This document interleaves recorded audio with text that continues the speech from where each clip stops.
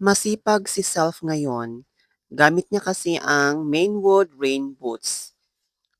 Kaya kahit maagang maaga, pumunta siya magwalis sa fruiting area. Protektado ang kanyang paa sa putik sa basa sa sahig.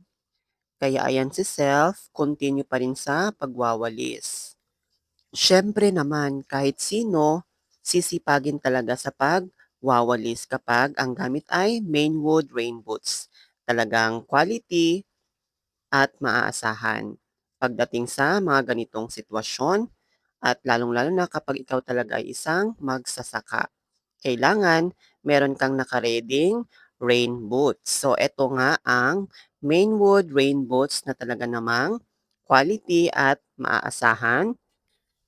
So, ayan si Self. Tatapusin talaga ang kanyang gawain ngayong araw.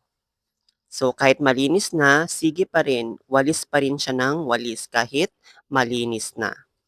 Tignan nyo naman si Self, oh, nasobrahan na ata sa sipag. Ikaw ba naman kasi ang magsuot ng Mainwood Rain Boots? Talaga namang ini-enjoy talaga niya ang pagwawalis. Ayan, so titingin-tingin pa siya dyan. Ini-expose pa niya ang ating Mainwood Rain Boots.